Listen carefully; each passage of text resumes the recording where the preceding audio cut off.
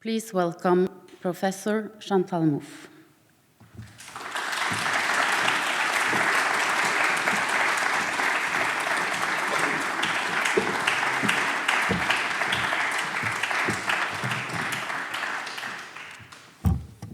Many thanks for the introduction and for the invitation. It's a pleasure to be here and to close this festival TOpublic. So, yeah, what's future for democracy in a post-political age? When we envisage the present stage of democracy in our societies, one of the assertions that we often come across is that our current condition is one of post-democracy. The meaning conveyed by this notion of post-democracy is that modern democracies, while maintaining the facade of formal democratic principle, are increasingly controlled by privileged elites.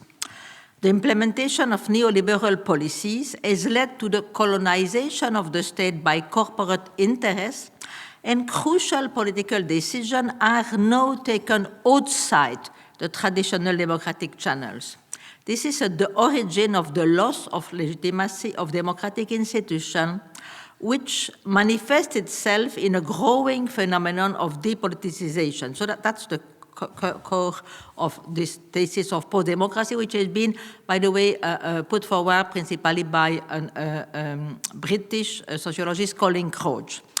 Well, I agree with many aspects of this analysis, but I think that when we scrutinize the phenomenon of depoliticization, which is considered as one of important element of post-democracy, it is also necessary to address its political context, because basically Colin Crouch centers on the economic reason for this. And I think that it's also very important, particularly, to acknowledge the role that parties of the left have played in this process of disaffection with democratic politics and this process of depoliticization. In the book On the Political, I have examined the reason for what I call the post-political perspective, which has become dominant in liberal democratic societies. I have argued that it is linked to the move toward the center, which in the last decade has been the strategy of social democratic parties all over Europe. A strategy which, under the name of the Third Way, was, of course, as you all know, first elaborated by New Labour in Britain and theorized by Anthony Giddens. According to such an approach, Western societies have entered a second stage of modernity, what that they call, and that of course is a thesis defended by Giddens, but also in Germany by Ulrich Beck, that we are now in a stage of reflexive modernization, where the adversarial model of politics, which was characteristic of the first stage of modernization, which they call the simple modernization, now this adversarial model has become obsolete. Giddens claims that it is not necessary to think beyond left and right. In fact, there is one of his books is called Beyond Left and Right. And that we need to envisage a new type of politics of the radical center, which transcends the old-fashioned left-right divide. Such a view was later adopted by other socialist and social democratic parties, first in Germany, and of course by Schröder. He spoke of a dritte Mitte. But after it migrated in many other European countries. And of course, those social democratic parties who are following this third way line, I know they don't want to present themselves as left. They say that they are center left. Under the pretense of modernizing the social democratic project so as to adapt it to a globalized world, center-left parties have in fact capitulated to neoliberalism. Convinced that there was no alternative to the current form of globalized financial capitalism, they have accepted the framework established by neoliberal hegemony. I mean, that was absolutely, of course, clear in Britain with Tony Blair, who, when he came to power, did not at all try to transform, the terrain which had been created by Margaret Thatcher, but simply, I mean, I remember I wrote an article at that time called Blairism, Thatcherism with a Human Face.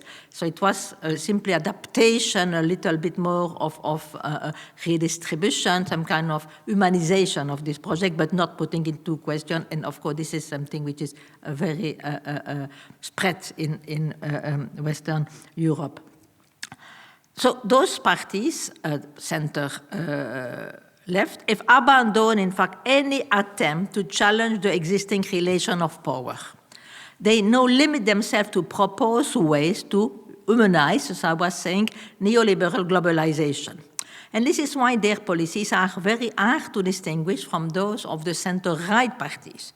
And this consensus at the center, as I call it on the political, and is, in my view, very negative consequences for democratic politics. And it is the absence of a real choice between clearly distinguishable alternatives which explain the current lack of interest for politics, which have produced a drastic fall in participation in election. And of course, the phenomenon of abstention has been widespread all over Europe. So it seems to me that in the discussion about post-democracy, the role played by this post-political situation is not sufficiently taken into account. It is, of course, necessary to grasp the transformation of the capitalist system, which have provided the economic condition for the success of neoliberal globalization, but that does not automatically explain the reason for the disappearance of a vibrant democratic debate about the different ways in which social relations and public institutions can be organized. And this is, I think, where the responsibility of the parties of the left can be and need to be recognized. By failing to acknowledge that politics is intrinsically partisan, and that democratic politics require what I've called an agonistic debate among conflicting projects. By agonistic debate, I mean that there need to be a choice between clearly different projects, not a little bit more of the same. That basically in question is struggle between different hegemonies. So, and of course, this is what has disappeared with the third way. So, and this is why, democratic politics, without this agonistic debate and a choice between real and alternative, that cannot be really a vibrant democracy. And this is why this consensual politics of the third way has contributed to the disaffection with politics, which is at the core of our post-democratic condition. When citizens feel that they cannot have a say in the fundamental decision which concern their common affair, and that political questions are dealt with now by experts, because they are considered of a technical nature. I mean, of course, the progression is clear. There is no alternative to neoliberal globalization, okay? So there is no possibility of making political choice. So it means that, in fact, the best people to deal with that are experts, because political questions have now become technical issue. And I think this is what is really crucial at the core of post-politics and post-democracy. And of course, in this case, it means that democratic institutions have been emptied of their substance and their legitimacy is therefore threatened. Elections are reduced to providing a rubber stamp for measures imposed by a variety of actors whose interests are not publicly accountable, and the democratic process, in fact, loses its raison d'être. To be sure, our societies still claim to be democratic, but what's the meaning of democracy in our post-political times? Scrutinizing the nature of liberal democracy in a book which is in fact previous to On the Political, which is called The Democratic Paradox, I had brought to the fore the tension existing between its two ethico-political principles. I mean, ethico-political principle is a term which I borrow from Montesquieu, and those ethico-political principle, Montesquieu appelle that the passion that move a regime. This is what are the ethico-political principles. And in the case of liberal democracy, they are, of course, liberty and equality. Liberal democracy should be understood, that's one thing that I claim the democratic paradox following, in fact, the work of C.B. Macpherson, should be understood as the articulation between two different traditions. On one side, the liberal tradition of the rule of law and individual rights, and on the other side, the democratic tradition of popular sovereignty. For instance, C.B. Macpherson, which I've just referred to, is shown in a very nice little book called The Life and Times of Liberal Democracy, or this articulation between liberalism and democracy, which was established during the 19th century as a consequence that liberalism was democratized and democracy was liberalized. However, there was always a tension between the exigencies of liberty and those of equality, because you can never have a perfect reconciliation of liberty and equality. So there is always one that need to have what in philosophy we call a lexical prevalence. So, of course, this tension, in fact, is a tension which, as I argue, on the democratic paradox, is something which should not see as a problem, because it is precisely what creates the possibility for pluralism. And it's a tension which is provided the dynamics of the confrontation between left and right up till now. You know, sometimes the liberal principle was dominant, some other time it was the democratic one of popular sovereignty, but there was always possibility of renegotiation. This history of democratic politics can be visualized in terms of the struggle for the predominance of one of the principle over the other. What was important was that, as I just said, the decontestation always remained open. Well, what has happened under the current hegemony of neoliberalism is that the liberal component has become so dominant that the democratic one is almost disappeared. Democracy is now understood simply in terms of rule of law and defense of human rights, and the idea of popular sovereignty has been relinquished as being obsolete. It has been declared a zombie category.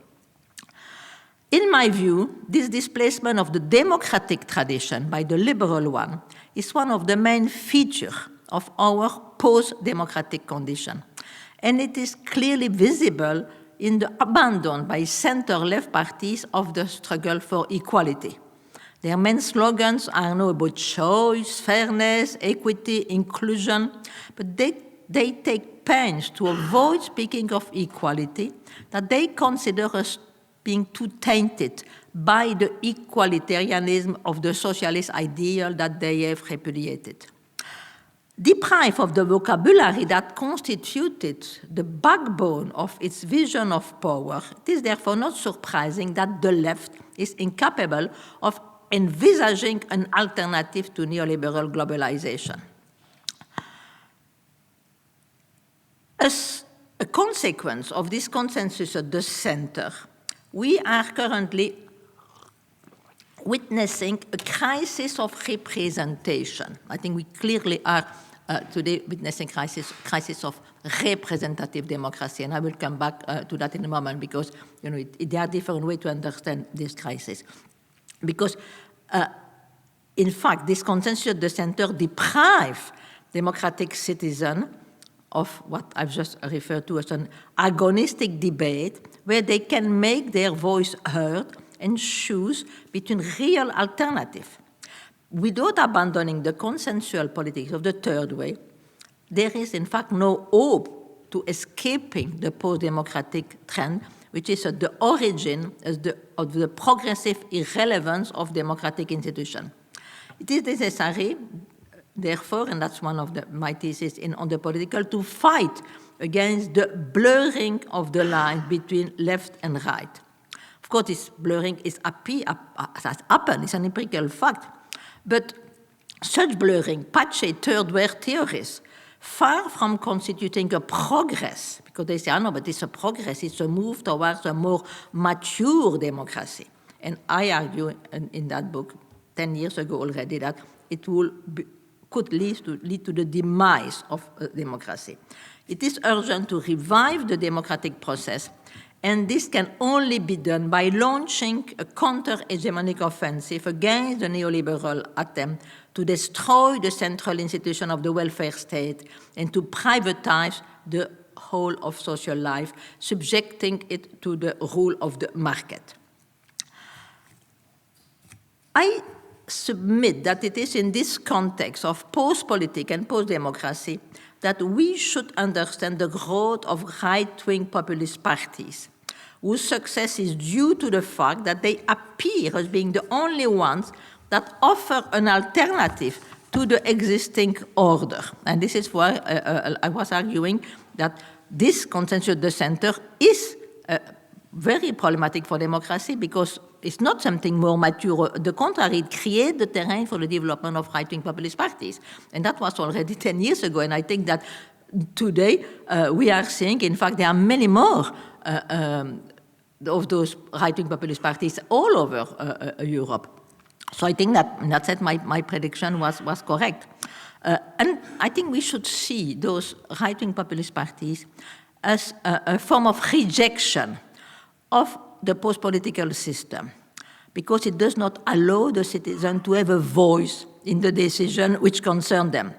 In fact, I think we could say that they represent a cry by the people to have a voice. And I will come back a little bit later to that, but I think that's definitively one of the message of the Brexit, a cry of the people who feel that they are excluded. Of course, this rejection of the post-political system can be articulated in very different ways, and all of them are, and not all of them are conducive to a deepening of democracy. Clearly, this is obviously a problem with the Brexit. I'm not the one to celebrate the Brexit. Everything depends on how the adversary is defined, and this is where the difference between right-wing populism and left-wing populism that I will discuss later is crucial.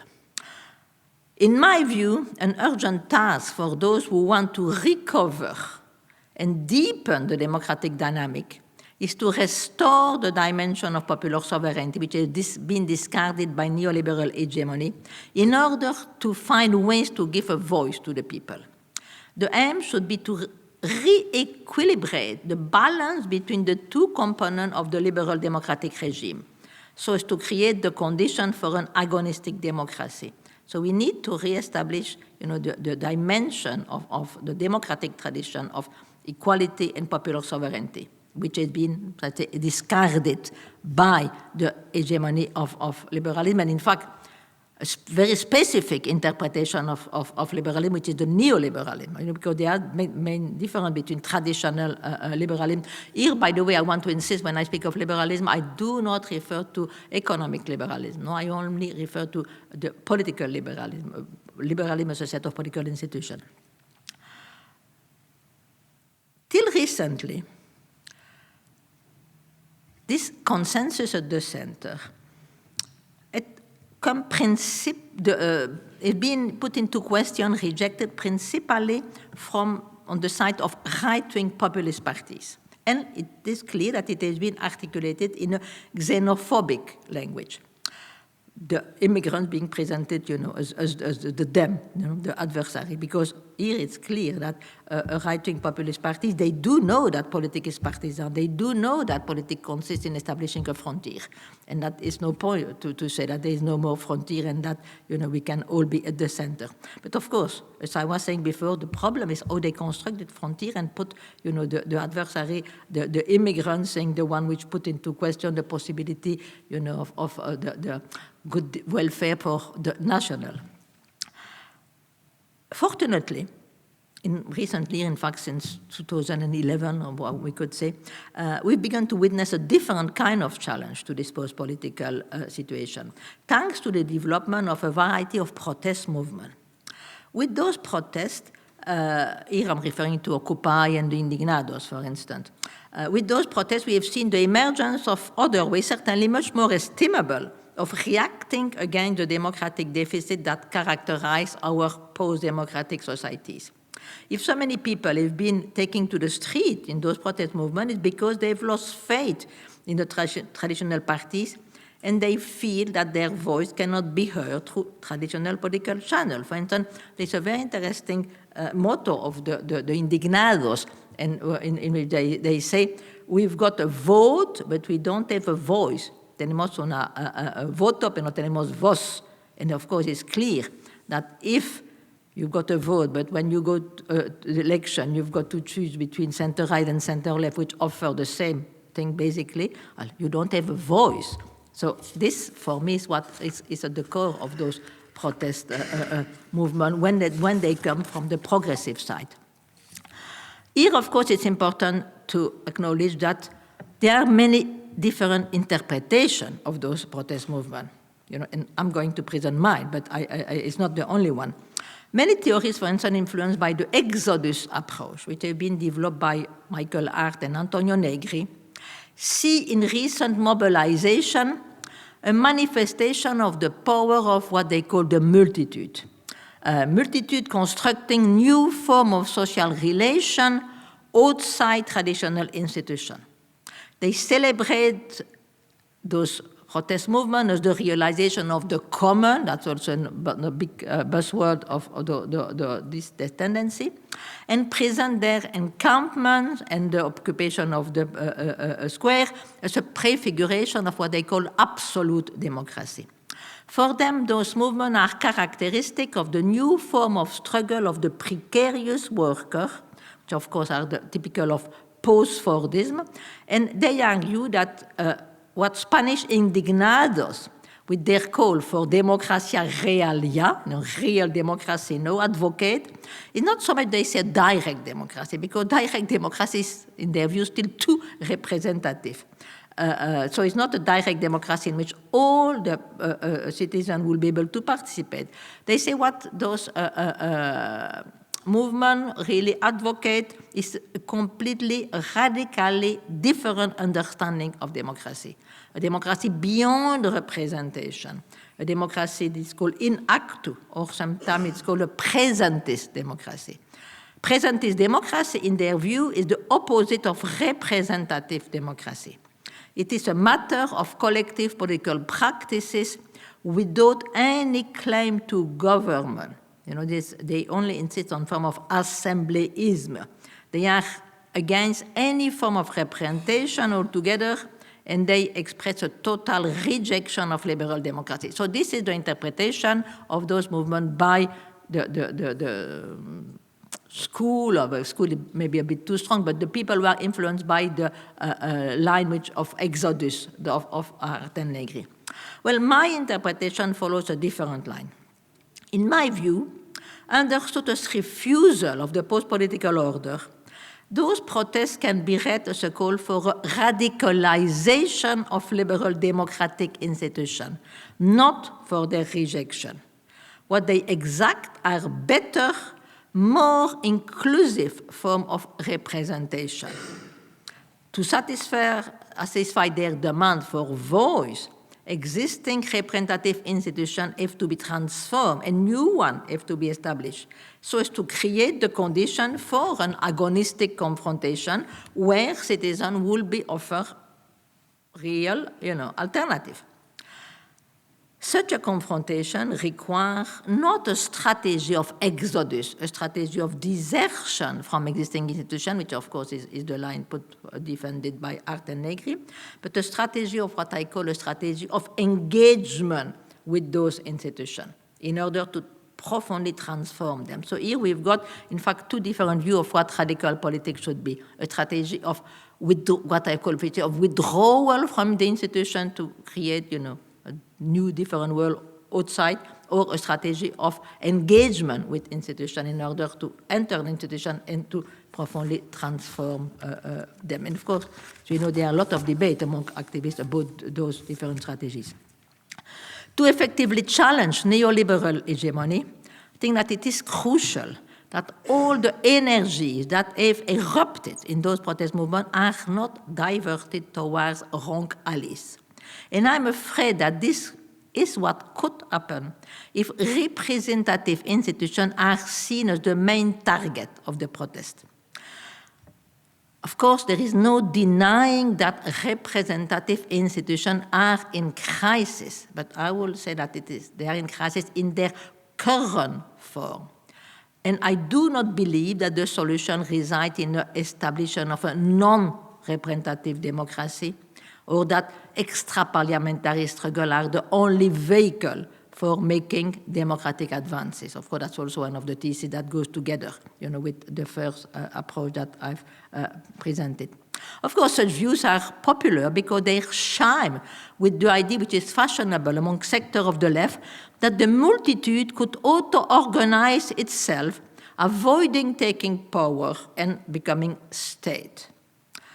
I must say that to find such an anti-political approach among activists involved in the various movements of the outrage is worrying, because it forecloses the possibility of designing an adequate strategy for their struggle.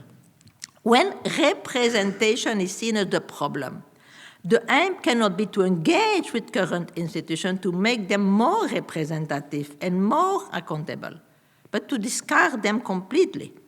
The objective of the movement will be then visualized in terms of exodus from the given form of democracy, on the ground that attempting to transform existing institutions is vain and that representative democracy is to be relinquished.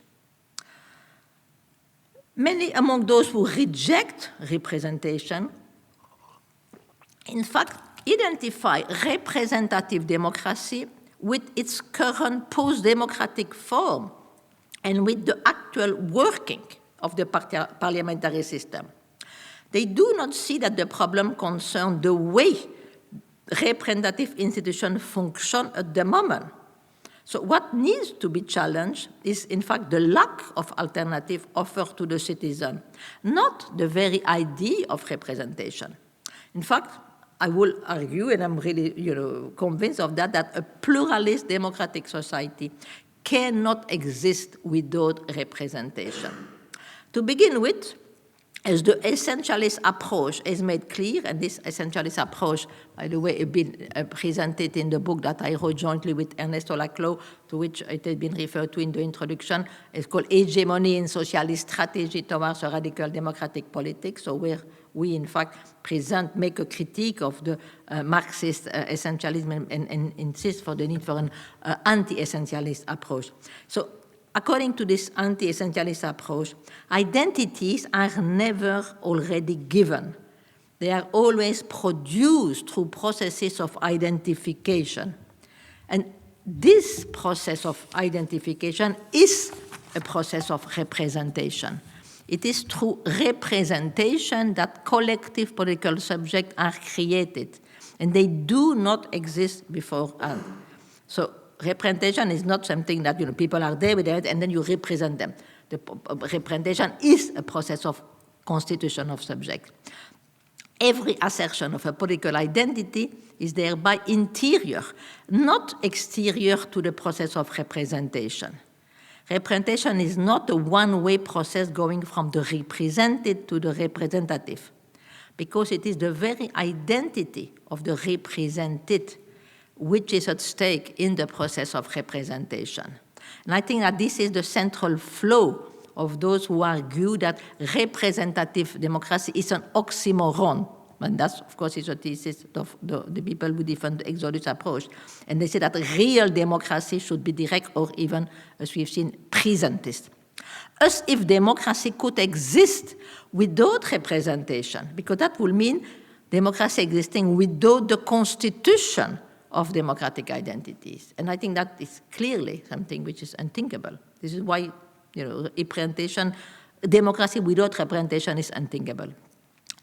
Moreover, and that I think is another important argument for representation, in a democratic society where pluralism is not envisaged in the harmonious anti-political form and where ever-present possibility of antagonism is taken into account, of course that's also a thesis that we develop in Hegemony Socialist Strategy, then in that case, representative institution, by giving form to the division of society, play a crucial role in allowing for the institutionalization of this conflictual dimension.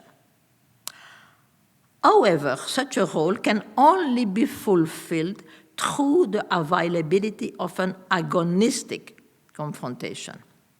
So this institutionalization of the conflictual dimension. If we don't have agonistic confrontation, you don't have institutionalization of the conflict.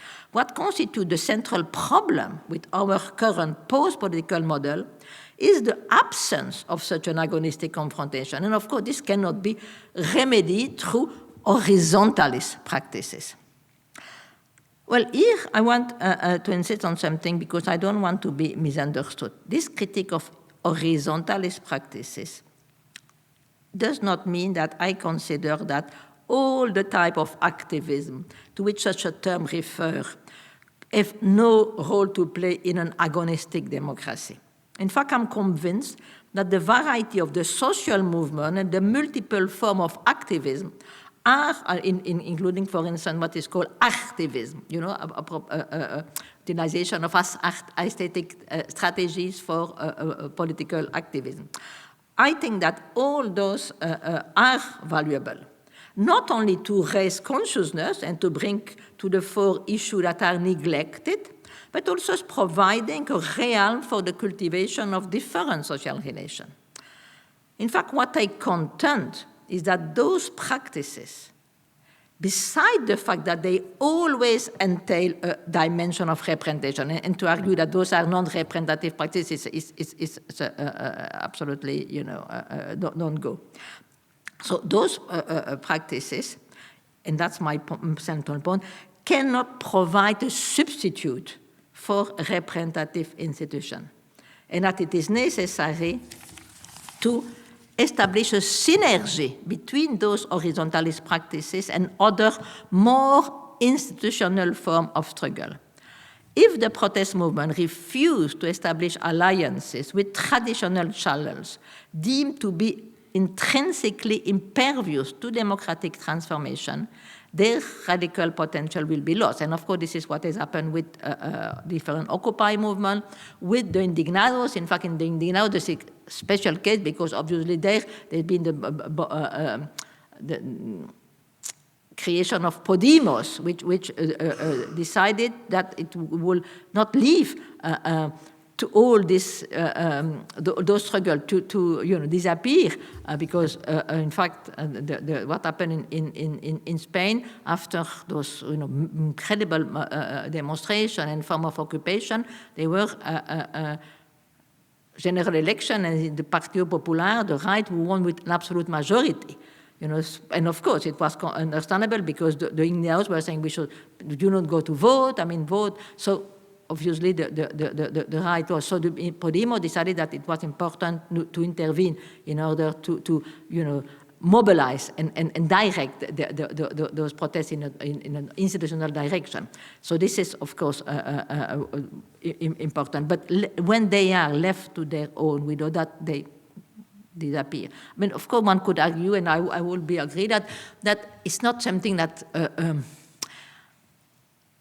is done completely in vain, because, for instance, I think that certainly the success and the mobilization of Bernie Sanders in the US has been in part influenced by Occupy, and in Britain the success of Jeremy Corbyn as the nomination of the leader of the Labour Party is certainly also the Occupy London Stock Exchange is play a role. But there you can see that it is only at the moment when there is an institutional translation that those movements can really have a lot of more serious impact. And I think that, therefore, it is time, I will argue, and some people might not like that, but I think it's time to stop romanticizing spontaneism and horizontalism. The call for democracy that is now being voiced in a variety of quarters can only produce lasting effect if the activists involved in those movements, instead of implementing a strategy of exodus, decide to engage with existing institutions and accept becoming part of a progressive collective will in order to radicalize democratic institution and to establish a new hegemony. Well, I now come to my point that I announced before about left-wing populism. I have argued so far that in order to address the crisis of representative democracy, what is called for is the formulation of a progressive project, offering an alternative to the current post-democratic condition which, as I said, is the product of the hegemony of neoliberalism. Now I would like to say something about the kind of political movement that the success of such a project requires, and suggest that it should take the form of a left-wing populism. As I have already suggested, the crisis of representative democracy is not a crisis of representative democracy per se, but a crisis of its current post-democratic incarnation, and of the lack of a debate about possible alternatives. In order to foster such a debate, it is necessary to construct a new political frontier. I mean, one of my main thesis in my work at politics consists in establishing a frontier. And this is why the blurring of the frontier between left and right is problematic for democracy. And because the frontier, we need to reestablish the frontier in order to revivify, to make possible an agonistic confrontation. Without a frontier, there is no agonistic confrontation. However, I think now that this cannot consist only in the development of a party that will be committed to a radical project. So it's not, for instance, and I must say that my view evolved since On the Political, which was published in 2005, and my more recent book, Agonistic, which was published 3 years ago. Because at the time of On the Political, I still must say I had the idea that social democratic parties could be radicalized. They could recover their radical dimension. So I was thinking, but we need to re-establish the left-right divide that existed before. No, I for serious of reason, what if you want, we can discuss that in the later. I think that it's very unlikely, except in a few countries, because social democratic parties have been too complicit with the establishment of neoliberal hegemony, and to believe that they could become, the vehicle for an neoliberal struggle I think is an illusion. So this is why I think that it just cannot be a party that will really recover, its left credential. I think that what's required now is mobilizing a manifold of democratic forces and to establish a synergy between a party form. I think that that's definitively necessary, but with that and progressive social movement. What is at stake is the creation of a collective will.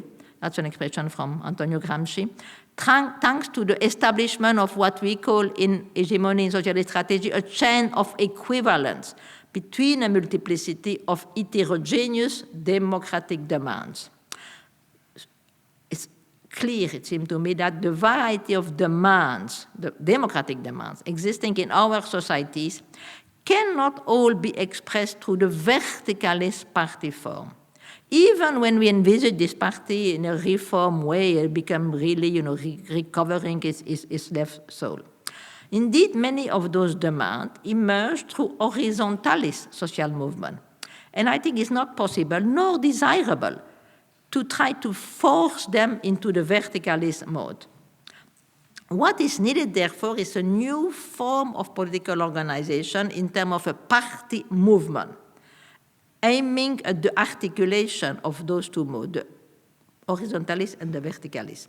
This is how I envisage the nature of a left-wing populist movement. And I think that the case of Syriza in Greece or Podemos in Spain are examples of this type of political organization, which combines the construction of a popular movement with the development of an electoral apparatus.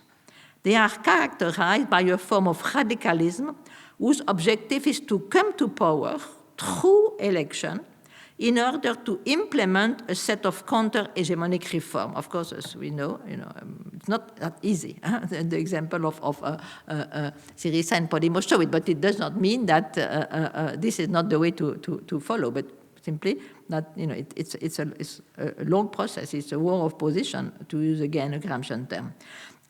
It's clear that the objective of such party is not the demise of liberal democratic institutions, but their profound transformation in order to make them vehicle for the expression of popular demands. Of course, those movements are often criticized for being populist, and that's the way in which the opposition wants to discredit them. But to me, this is to be populist is something positive, not negative, because populism represents an important dimension of democracy. Indeed, democracy understood as the demos kratos, the power of the people, required the existence of a demos, a people. And instead of rejecting the term populist, we should reclaim and re-signify it. The agonistic struggle is a struggle between conflicting hegemonic conceptions of the people. And it is important for the left to grasp the populist dimension of the struggle to construct the people. Seen in terms of a collective will, the people is always a political construction. People are not, we need to distinguish the people and the population. The population is a sociological concept, is there, but the people is always a political construction. And its identity will depend on the chain of equivalence through which it is constructed, and of course, to the type of adversary to which it is opposed. Politics is always construction of us, and let's require a them. Us, this is something that I have repeatedly stressed, that there is no we without a they, and that what secures a specific chain of equivalence, a we, is the they, the adversary, to which it is opposed. This is where lies one of the main differences between right-wing and left-wing populism. It's not so much, in fact, the component of the chain, although that has some importance, but how the adversary is defined, that will determine the identity of the people. It is clear that many of the demands that exist in a society do not have a necessary essentialist, reactionary, or progressive character, and that it is how they are able to be articulated that will determine their identity. And this is why the identity of the we depends on the kind of they to which it is opposed. Here again, if we want to make reference to the Brexit, we could say, well, Brexit, it is a cry by people to have a voice. But of course, this demand can be, articulated in different ways, and in either in a right-wing populist way or in a left-wing populist way. I think there is another aspect of left-wing populism that I want to emphasize. Because for me it's very important, this dimension. Besides allowing an articulation between different modes of political action, party, trade union, and social movement, the advantage of left-wing populism is that it acknowledges the central role played by affect and passion in politics.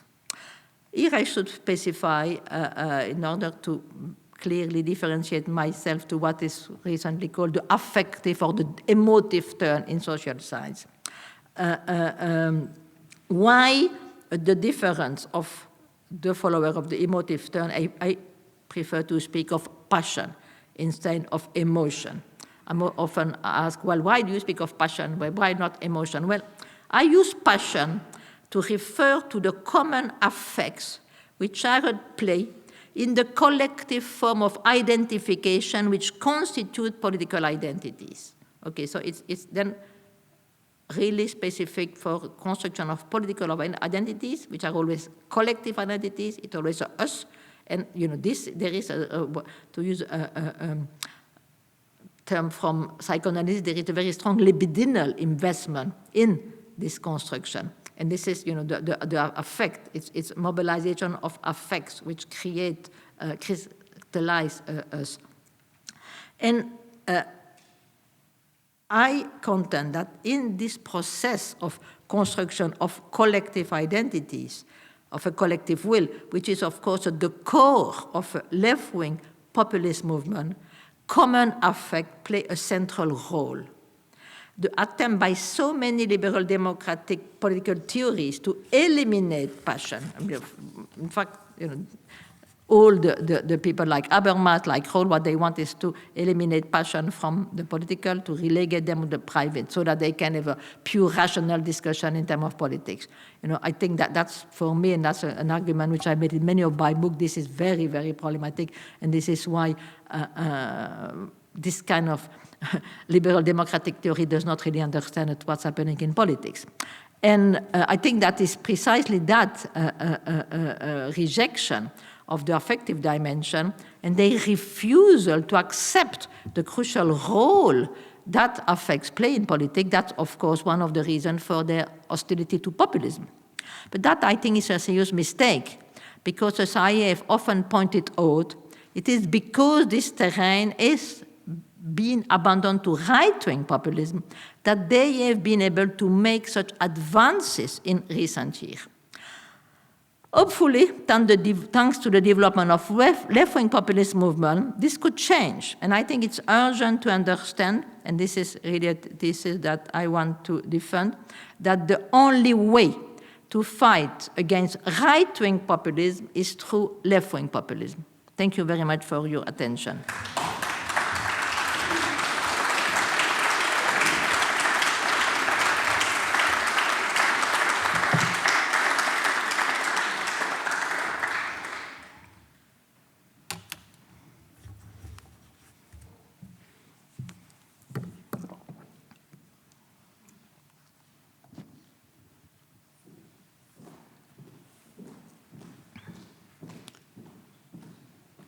Thank you very much, Chantal Mouffe.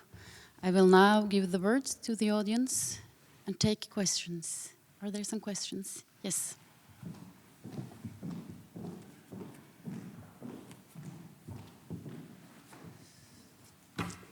Hello, I'm Finn Juncker, a playwright. Thank you very much, Professor Mouffe, for a stimulating lecture. Left-wing populism reminds me of the early 1990s, where some people were talking about good pornography. They didn't make their case because the concept itself was something bad, so it couldn't be turned into something good. And to me, it's the same thing with left-wing populism. Populism can never be something good. It's about empty ideas and demagogy. And just as a comment to your lecture, I don't think real problems can be solved by empty ideas. Thank you. Can you repeat the last sentence, because I'm not sure I understood. I don't think real problems in Europe today can be solved with empty ideas. I see populism as empty ideas, in the language of demagogy. Well, I mean, I really don't have anything to say about that, because you precisely all my lecture, the main aim was to put into question this really simplistic idea of populism, which of course is the way, it's typical, it goes necessarily together with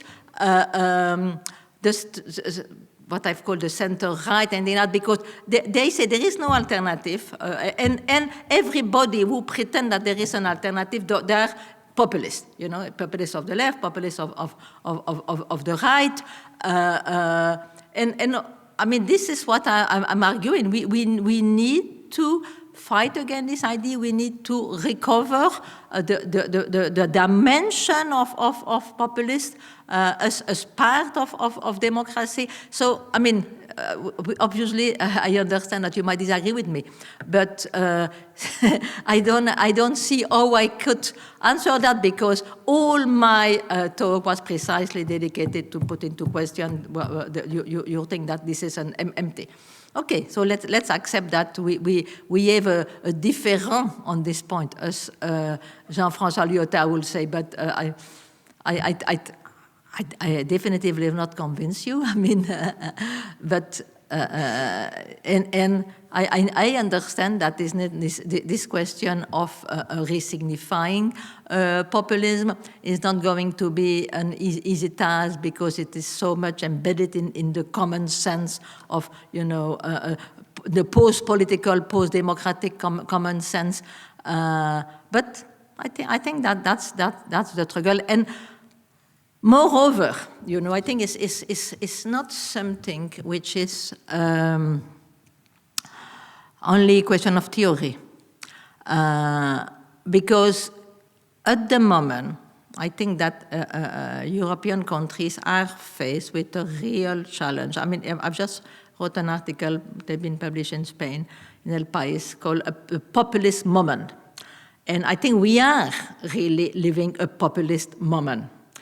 Because we are, there are definitely the development, and I think is something which is very problematic for democracy, of the rise of those right-wing populism.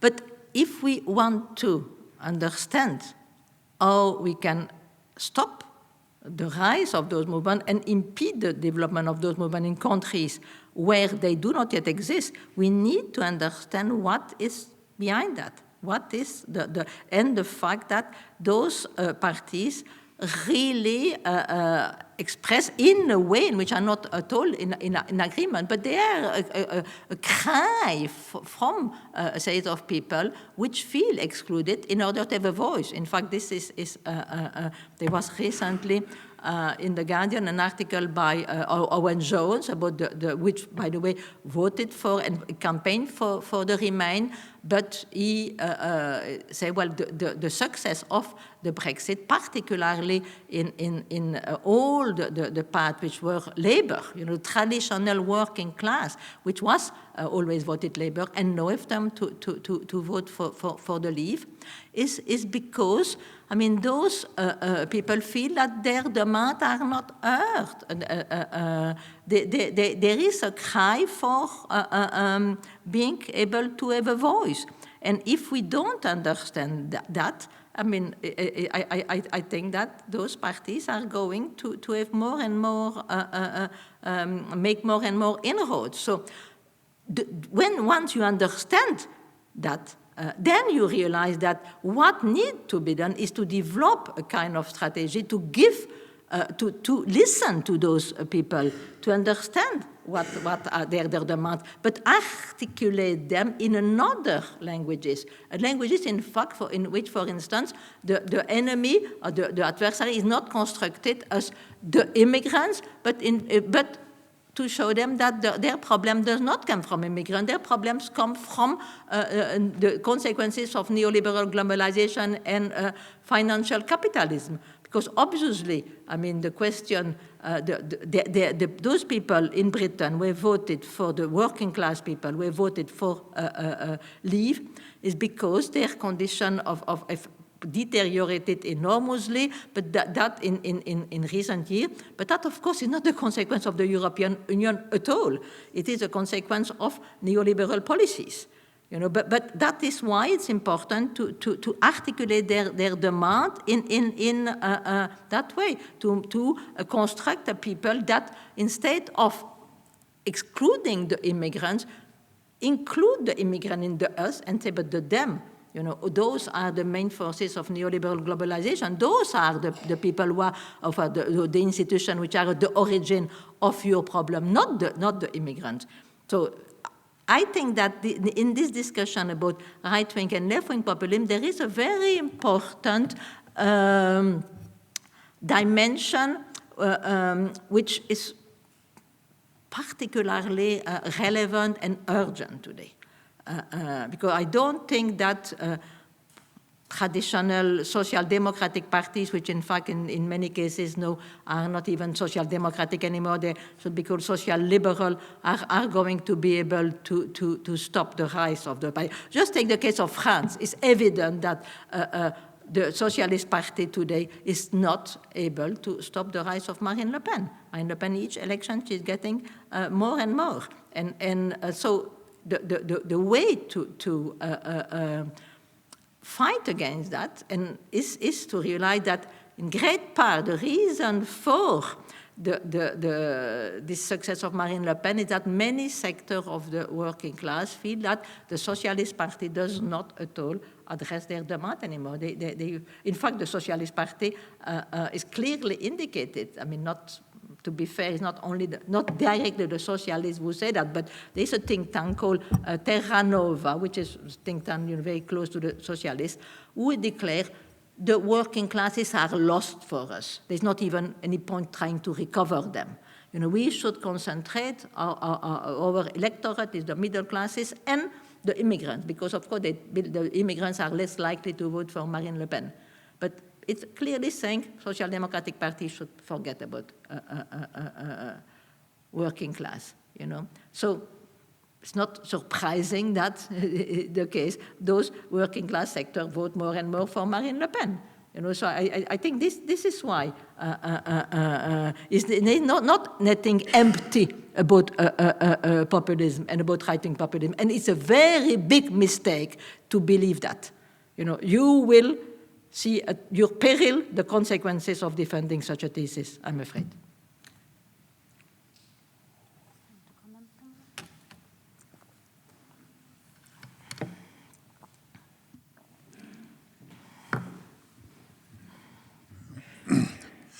My name is Helge Rønning. I have a question for you. Thank you very much for a very enlightening talk, by the way.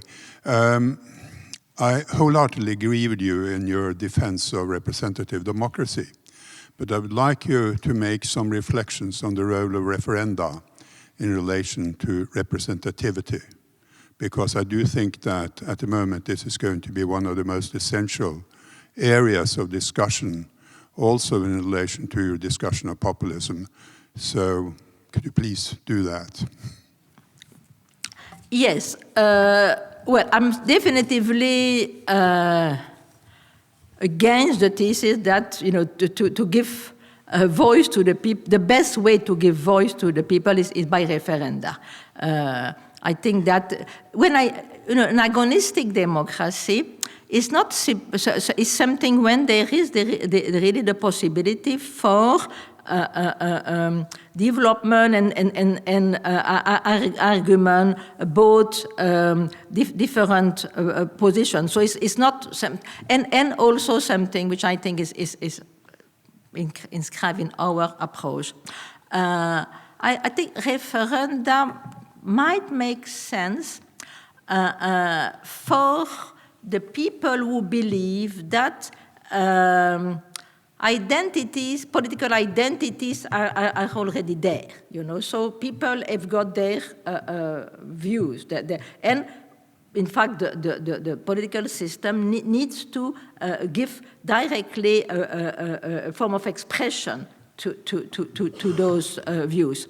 So, I mean, if that is the case, and that, of course, will be the essentialist conception of identity. You know, you've got your interest, you've got, and then, of course, let's have a way to clearly distinguish if there is a majority in favor of this or not.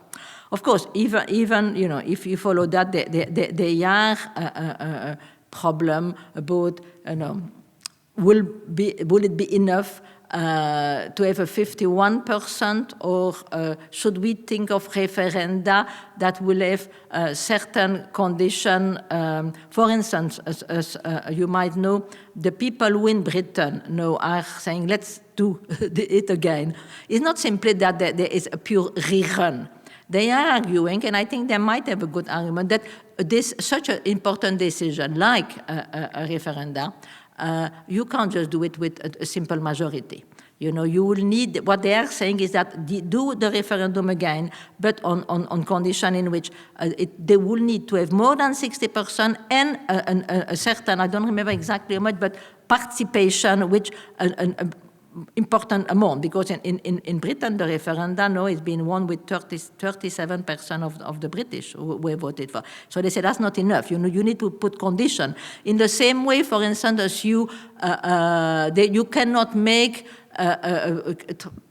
change to the constitution with a simple majority. In most countries, I don't know what the situation is in Norway, but in most countries you need to have a much bigger majority in order to make a change to the constitution. So I think people might say, okay, so the referenda, but referenda not with simple majority. But I think even in a case like that, it's problematic, because it supposes that the political identities are already given.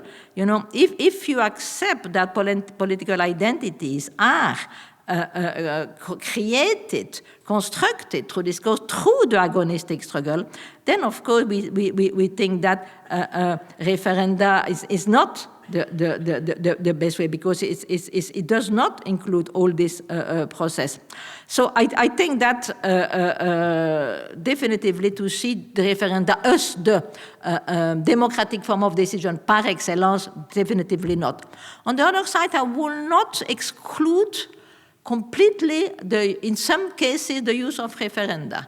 I think that for specific, but certainly not at the national level, but in case of decision which have could be taken, for instance, in a specific area, for a specific demand, maybe, you know, in referenda could be a way a good way to know exactly what's the state of the public opinion at that level.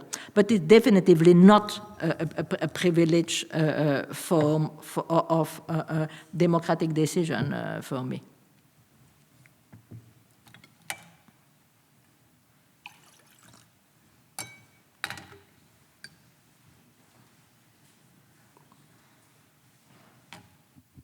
Hi, my name is Ellen, and I have a question about Podemos, because they had an election in Spain very recently, and they did okay. They became the third party, but they did worse than expected. And I read some analysis that says that that is because while they used to kind of represent something very different, and also the Indignados, now they are more a more normal party who want to go into government with the Social Democrats, and that the people are not so enthusiastic about that as they were when they were more alternative. I was just wondering if you agree with that, or what do you think of the recent Spanish election? What is exactly the question? Because I'm not quite sure I've got... the question is, do you agree that Podemos didn't do so well in the election? That Podemos, yes. In Spain? Yes. They didn't do so well in the election now as they had expected themselves, and they became the third party and not the second. And someone said, I read that that is because they have become a more traditional party who just wants to be in a coalition with Social Democrats, instead of being something completely different, that they have kind of less populist than they used to be, and they lost on that. And yeah, no, I understand. Well, you know, there is very short after the 26th of June, there is a big discussion at the moment in Spain among Podemos, which I'm following very closely, about, you know, why, I mean, did we lose? It's not that they lose. If you think of it, you know, it's a party that exists for 2 years and which has got 5 million votes and 71 MPs. Is unbelievably good. You know, I'm sure that there are many left-wing parties that will want to follow. So it's not that it's an something. It has been presented as a failure, but here one of the reasons was, of course, that they were opinion polls. I mean, and it's quite, we definitively now are beginning to realize that opinion polls always get it wrong recently. But the opinion polls in all the last week were announcing that Podemos will definitively do the sorpasso to the PSOE. And in fact, at some point, they were saying they were getting close to the Partido Popular. So everybody was convinced of that. So obviously, and even, that's even more strange. Not only opinion pool, but when people just come off, I don't know you say that in English, in Spanish you say encuestas a pie de urna. When people come out of voting, they always ask some their prediction.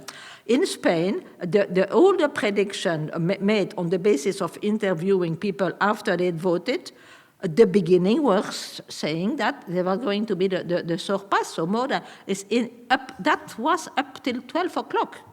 And then after 12 o'clock, it began to go down. It's very strange, very strange. So there was big expectation, okay? So this is why they are definitively disappointed, okay? But I want to insist, in any case, it's a very good result. The question, of course, now is the fight. Why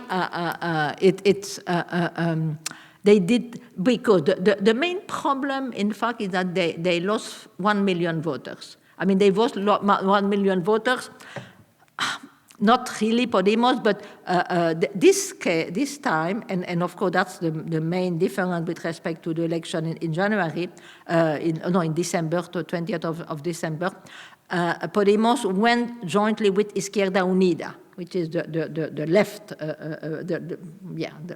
the ex-communist, which have been now transformed into broader left party.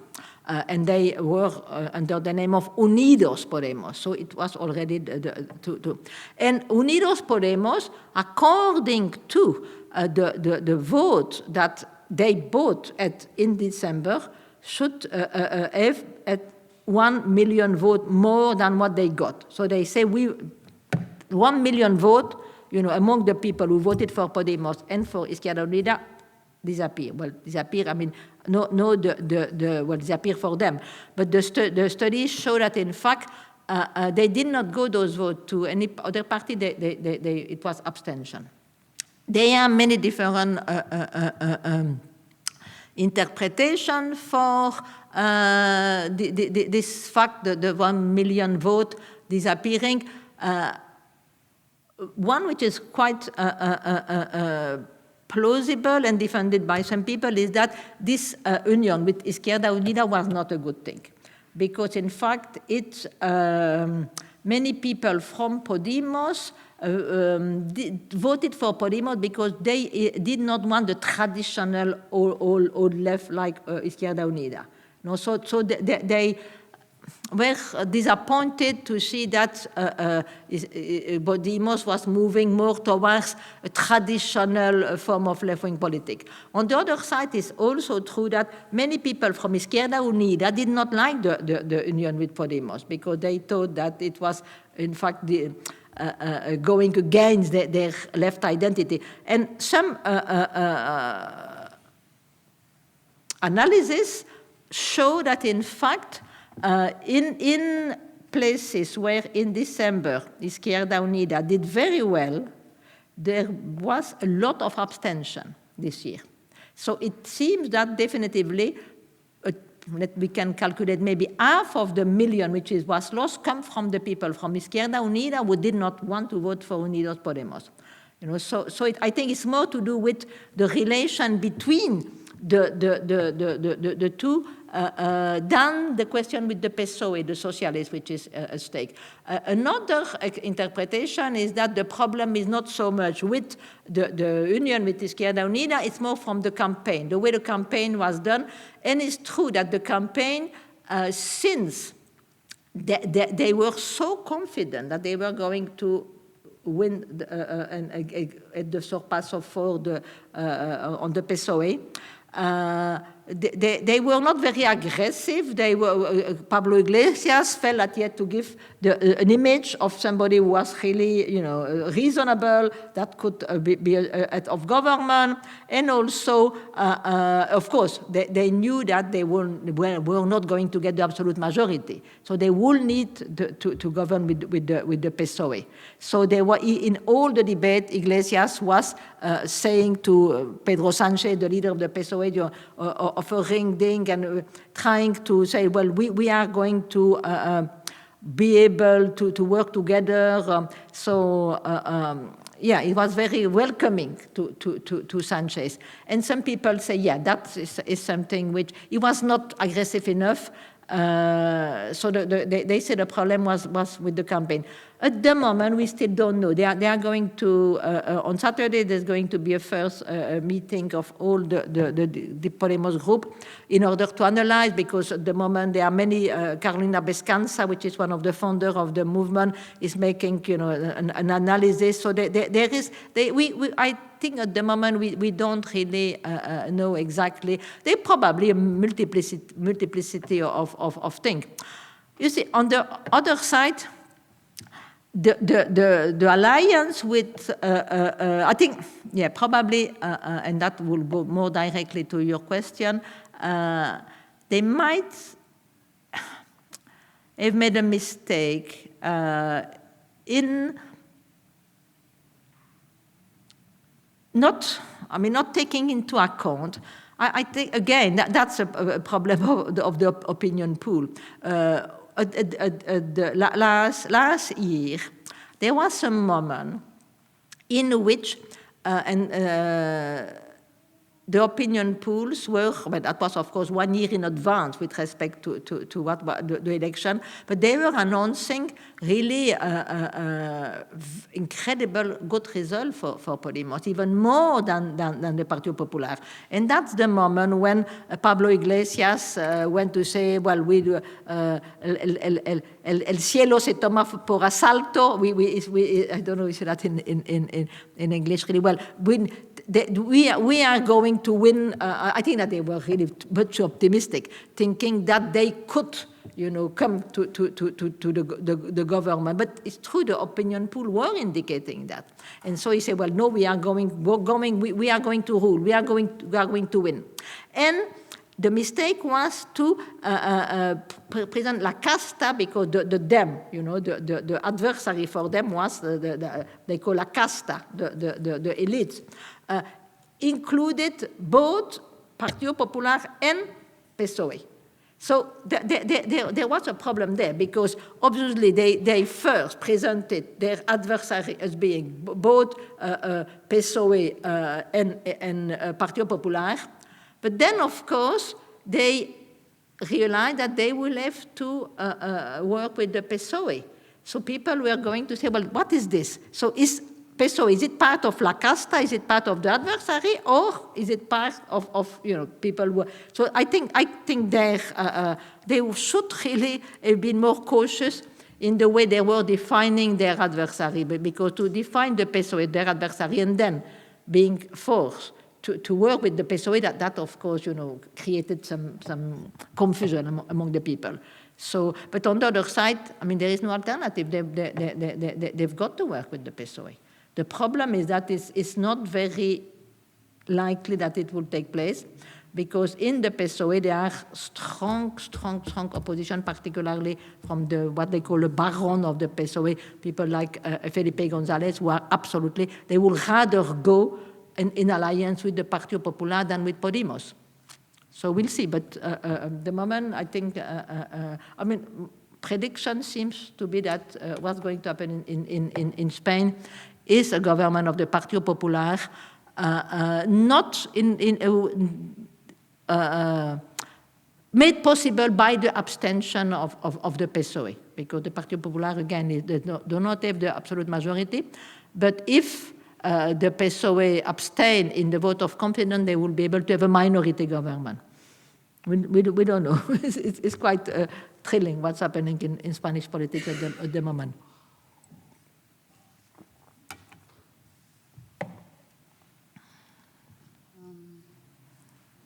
Please. May I introduce Joan Pontes from Podemos? You want to comment on that? My name is Juan Puntes from New York, but I was born in Spain, and I'm an artivist. And I will translate Pablo Iglesias saying, "We will take the sky by storm." We will take the sky by storm. Yes, thank you. A trooper. I was just in Madrid and Barcelona, and I met a number of artivists. I was here previously with part of the FSS talk, on art and activism, White Cube versus public space. If I can wrap up my experience in Madrid and Barcelona in the past 3 days, on my way to see the Vostell Foundation, which was one of the first artivists in history. Yeah? My friend said, we're very disenchanted. Democracy is dead. La democracia ha muerto, está en manos solamente de los partidos. Democracy, as they see it, is only in the hands of the parties and their platforms. And the majority of the people are disenchanted. How can they vote like this after all the enormous thieves, robbery that has happened in the Partido Popular, etc., etc.? So, to wrap it up, all my friends, same, Barcelona and Madrid, agree that democracy is dead. They don't know how art can filter itself into it. They continue trying. But that the parties, pretty much like in the US, control the democratic process through the media. That lady, speaking of Podemos, the media is the one that says that Podemos didn't succeed. 5 million, I agree with you, 5 million people voted for a party that 2 years ago didn't exist. Yeah? So it's positive, it's fabulous, but it's a mess.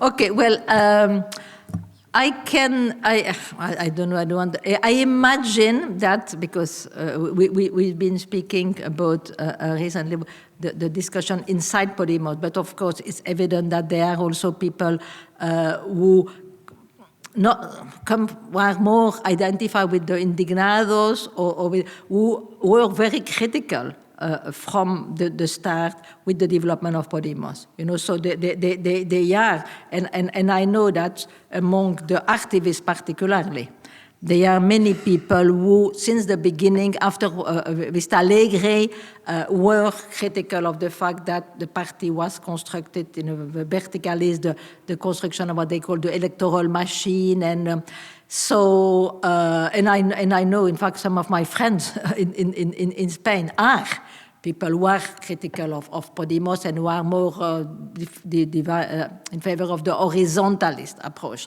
But I think that of course, you know, personally, I'm on the side of Podemos because I think that it was absolutely necessary to have this verticalist element, because obviously my whole the strategy which I defend, which is a strategy of engagement with the institution, the way in which you can articulate the horizontalist with the verticalist is for me, the Podemos is the example of that. But so I know people who defend the Exodus approach will not agree with that. They think that it was a mistake but I think often one hears things which are incorrect about Podemos, because, and I know many people there, and they are perfectly aware of the fact that during the last year, they have, in a sense, put all their energy towards the development of the more, you know, institutional form, and have neglected a little bit the circulus. And that now it's time to know that. But they were, you know, there were 5 elections in Spain, and so all the energies of this new party was constantly mobilized through the election. So yeah, there was some imbalance in the thing. But I think that at least the people I know are perfectly aware of that, and they know that it's very important now to really, reinforce and create new form of articulation with the circulars. So it's not.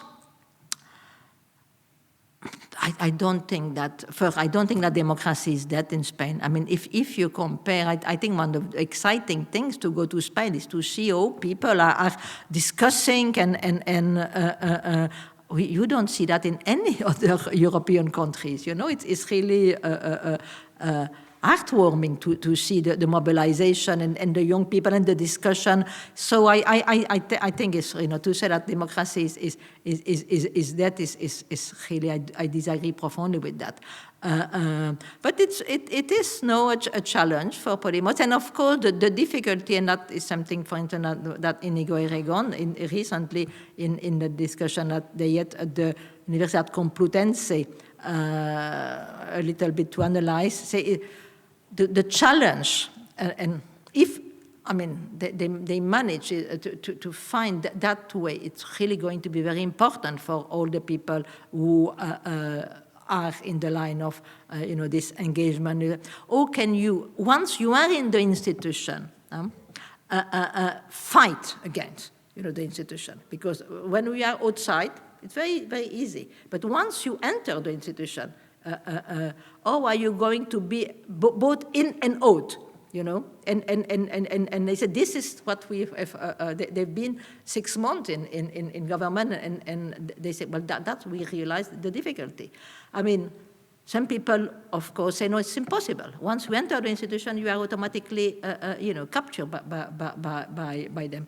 I hope, I personally believe, but of course, I might, be proven wrong after several experiences, that it should be possible. I mean, the hegemonic struggle is that, it is to be inside the institution and to transform them from the inside. This is what Podemos is going to have to learn, because I don't think that Podemos is going to be transformed into a traditional party. I mean, not the people I know there definitively, that's not what they want. Maybe they will not succeed. That's possible, but they are going, and they are really going to try to see how one can transform the institution. And they are not just going to accept, okay, so we are one more party and no, that's for sure. But it is a challenge to have this, and of course another thing is that the synergy between social movement and party form is also very complicated. It's not something that, okay, well, let's work together. They are tension. They are tension. But I think honestly, I don't see any other alternative. I don't see any other alternative, because pure horizontalist struggle is not going to really transform, profoundly relation of power. You need to engage the state. And of course, the pure verticalist party form is not either, So it's only this articulation, which is very difficult, very complicated. But let's hope that there will be successful, because I think that the future of democracy really lies in there. Thank you. There are 2 more persons which. And in fact, I don't know, because we will end. I didn't want to enter. I've got a last point. I don't know if people are interested in that, which I decided not to give, because I wanted to be sure that there was time for the discussion. But if there were, and I also thought that maybe, here in Norway, you are not so interested in that aspect because you are not part of the EU. But it's a point that I would like to make, if you are interested, and if there is time, about European left-wing populism. Because I think that this left-wing populism that I'm arguing for, I think can only exist if it's got a European dimension. So I don't know. I mean, are people interested in me? Do we have time? And are you interested in hearing to that, knowing that you are not in it, in the EU or not? What do you think? Yes. Should I? Yes? Okay. All right. So this is, as I said, last point to conclude, but I decided to leave it because I wanted to have time for the discussion. So examining the causes of the difficulties encountered in our post-democratic representative democracies, have argued that the future of democracy depends on the development of a left-wing populism that could revive interest in politics by mobilizing passion and fomenting an agonistic debate about the availability of an alternative to the current neoliberal order. But I would like to insist that the mobilization that I advocate should take place at the European level, because it is impossible to envisage an alternative to neoliberalism at the national level. I'm convinced of that. As the European coup against the Syriza government in Greece has shown, the neoliberal forces dominant in the EU will never allow the success of a government that challenges the dogma that there is no alternative to their austerity policies. So what is urgently needed is a European left-wing populist movement able to bring about an agonistic confrontation about the future of the EU. I'm convinced that in the present conjuncture, and I think that that was written before the Brexit, and I'm convinced even more after the Brexit, that such a confrontation is absolutely vital. Many people on the left are beginning to doubt about the possibility of constructing within the framework of the EU an alternative to the neoliberal model of globalization. The EU is increasingly perceived as being an intrinsically neoliberal project that cannot be reformed. It seems vain to try transforming its institution, and the only solution that remains is to exit. Such a pessimistic view is no doubt the result of the fact that all attempts to challenge the prevalent neoliberal rules are constantly presented as expression of an anti-European attack against the very existence of the Union. I mean, that I think is crucial. If you criticize the European Union, it exists, you are anti-European. There is no possibility of challenging really existing neoliberal Europe. And of course, without the possibility of making legitimate criticism of the current neoliberal policies, it's not surprising that a growing number of people are turning to Euroscepticism. They believe that it is the European project itself that is the cause of our current predicament, and they feel that more European integration can only mean a reinforcement of neoliberal hegemony. And it's clear that such a position endangers the survival of the European project, and the only way to stop its expansion is by creating the condition for a democratic contestation within the European Union. In my view, what lies at the bottom of the disaffection with the EU is the absence of a project that could foster a strong identification among the citizens of Europe and provide an objective to mobilize their political passion in a democratic direction. The EU is currently composed of consumers, not of citizens. It has been mainly constructed around a common market, and it never really created a genuine common will. No wonder that in times of economic crisis and austerity policies, some people begin to question its utility, forgetting what has been its important achievement in bringing peace to the continent. What is urgently needed is to foster popular allegiance to the EU. I mean, the Brexit shows us more than ever this. Thanks to the elaboration of a socio-political project offering an alternative to the neoliberal model that has prevailed in recent decades. This model is now in crisis, but a different one is not yet available. We could say, following Gramsci again, that we are witnessing what he called an organic crisis, in which the old model cannot continue, but the new one is not yet born. Alas, the center-left cannot take advantage of this situation because it has accepted for too long the idea that there was no alternative to neoliberal globalization. Moreover, in many countries, center-left government has played an important role in the process of deregulation and privatization that they have contributed, and they have contributed to neoliberal hegemony. To be sure, European institutions have their part in the responsibility of the current crisis, but I think it's a mistake to present this crisis as a crisis of the European project. It is a crisis of the neoliberal incarnation of the European project. And this is why current attempts to solve it by more neoliberal policies cannot succeed. The only way to fight against the rise of anti-European feeling and to stop the growth of right-wing populist parties that excite those feelings is by uniting European citizens around a new vision that could give them hope of a different democratic future. And by the way, I do hope that if we were able to do that, it will also appeal to the Norwegians, so that suddenly you would say, oh my God, this Europe is really exciting. We want to join it. And that, I think, requires establishing at the European level a synergy between left parties and social movements around such a vision, which will make possible the emergence of a collective will aiming at a radical transformation of the current hegemonic order.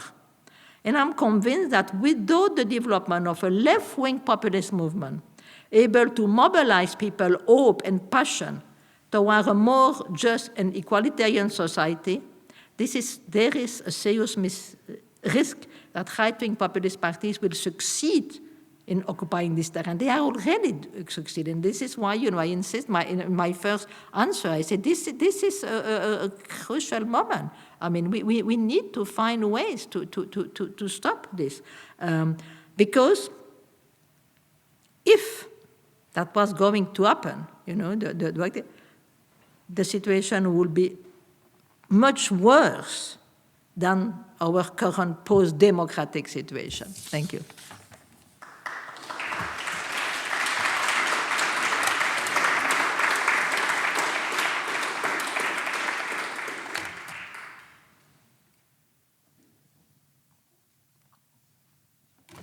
So there's time for a few more questions, no?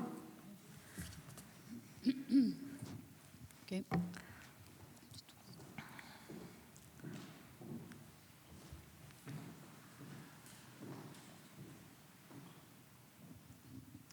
Thank you very much, Madam, for sharing our important thoughts and work with us and coming here to Oslo. My question is related to the profound transformation of the institutions that you mentioned, and it's been between the lines in also your answers to the other questions. Living here in Norway, which you know it's a monarchy, constitutional monarchy, which for some purists might be a contradiction in terms with democracy, but this is also goes along for. Can you?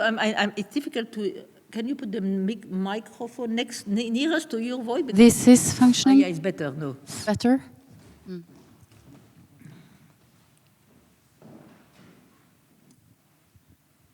This is better? Yes. So my question is about the transformation, the profound transformation of institutions. Institutions is also much about symbols and rituals, and well, it's difficult to demise a monarchy in these Western democracies that has chosen that form of constitution as well. But transformation, it used to be related from the West. The left side of politics traditionally has claimed for revolutions in order to make transformations, whereas on the right side it's been more reformist movements. When these left and right meets at the center and there is no more room for revolution and also violent threshold in human history has going down, first to Foucault, for instance, and how could we transform these institutions, European institutions and democratic institutions?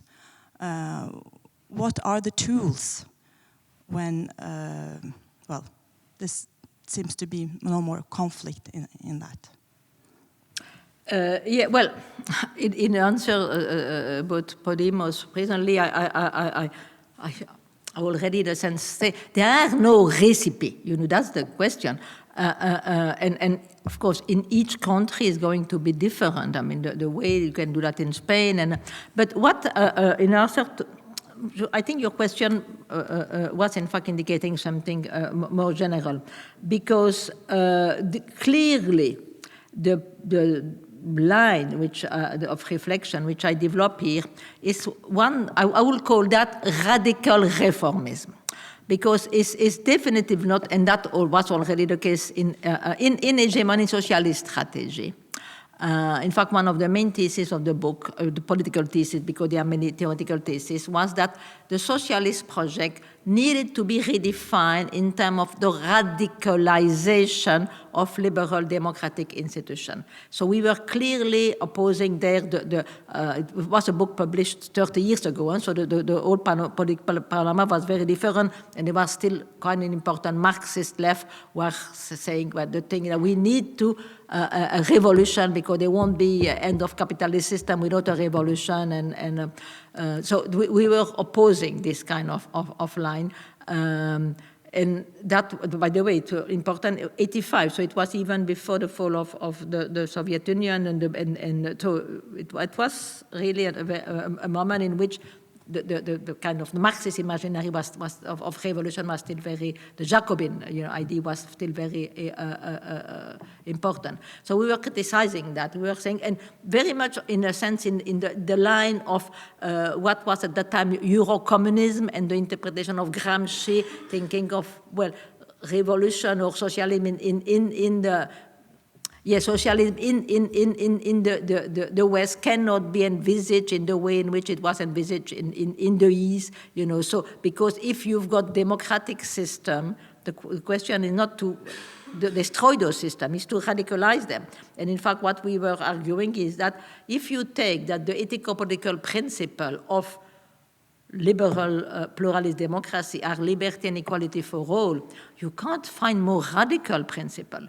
The problem with our existing liberal democratic societies is that they do not put in practice their ideals. So it's not the idea themselves, is that they claim that, but they don't put it into practice. So what we need to do is to force those societies to really be consistent with their ideal. And this is what I understand by radicalization of liberal democratic principle. So it is, and this is the strategy which is, so it's some kind of immanent critique, from the inside. You don't need to destroy this society and create something completely new. There is one, of course, it means that this only exists when you have already democratic institution. For instance, I would never dream of saying in a dictatorial country the aim is to radicalize democracy, because if you don't have a democratic institution, you can't even radicalize them. So there you might need a revolution, in order to end dictatorship. But in our advanced liberal democratic societies, our claim was that the strategy should be one called radical reformism. And this is what I call the strategy of engagement with the institution in order to transform them. As to the question and the recipe, I can't give, think that it will be valid everywhere. I mean, it's really a question of seeing the conjuncture. But what we can see, and that of course it also is based on a certain understanding of the state. The state, contrary to some kind of traditional Marxism, is not just an element of oppression. It's not something. It is first. It's composed of many different apparatuses. There are some of them, which have different function. And it is possible with those we call the nodal points of an hegemonic system. So it is possible, for instance, to transform one, intervene in one. And in fact, it's very important to realize that, and contrary to the traditional view of revolution, that, okay, you come to power and then, everything follows. No. For instance, we've seen in countries, well, I'm thinking, for instance, in countries like in Latin America, where, particularly, for instance, the case of Argentina, which I know better, where, when there've been the development of a national popular movement under the Kirchner, they've very quickly realized that they were there.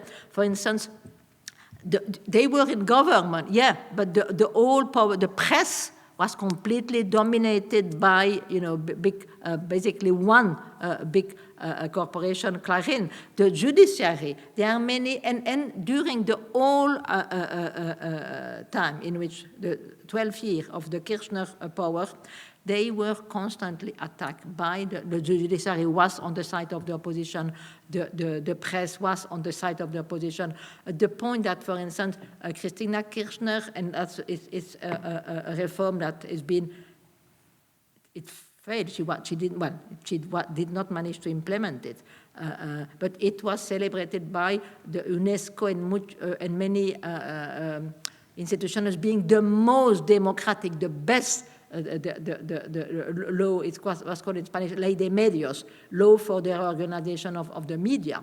Because the aim was that in Argentina, you've got basically one big Clarín who control not only the paper, but also, for instance, internet, who controls also many TV channels, and they control even the papel prensa, which is where the papel is produced. So they are the one who decide, we give papel. So the law that ley de medio that Christina Kirchner proposed, and in fact, that's interesting to see, because it's a law that came, it's not the government who decided that, it's the social movement who propose this. They say, well, we need to have a possibility, for our voice to be heard. We need to have channels in TV and radio that for us, to give us voice. And then the government took this project and elaborated a law, which was passed in not only the Congress, but the Senate.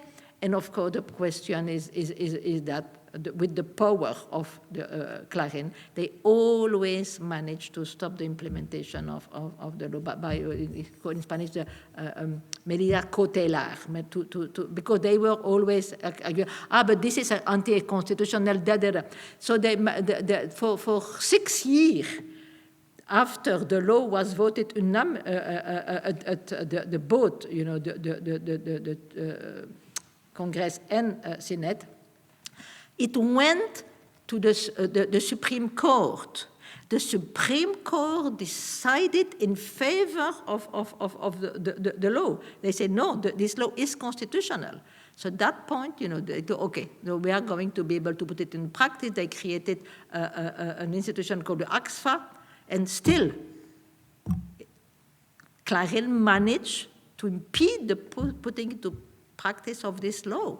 And of course, because they wanted to know, let's wait till the end of the mandate of Christina, there will be another government, and of course, they were, all the press, was criticizing the Kirchner government and promoting the opposition. And finally, in December, Macri won the election, and the first thing he did was to end this thing of the ley de medio. So it shows you the power of the media, even when people are in government, and something very similar is happening with the judiciary. So it shows you that there are many. If you want to really transform the system from that, of course. Because, okay, it's impossible, It's impossible because, look, they've got so much power. Well, it's a long process, and this is what Gramsci called a war of position.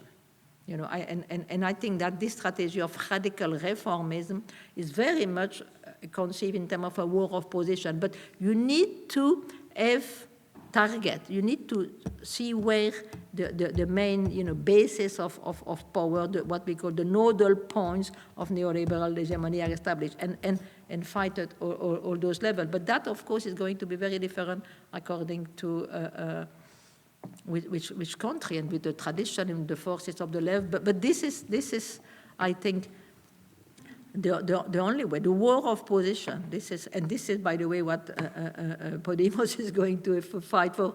They in fact have already declared, okay, no, the phase of Saltar el Cielo is finished. We are now entering the phase of war of position.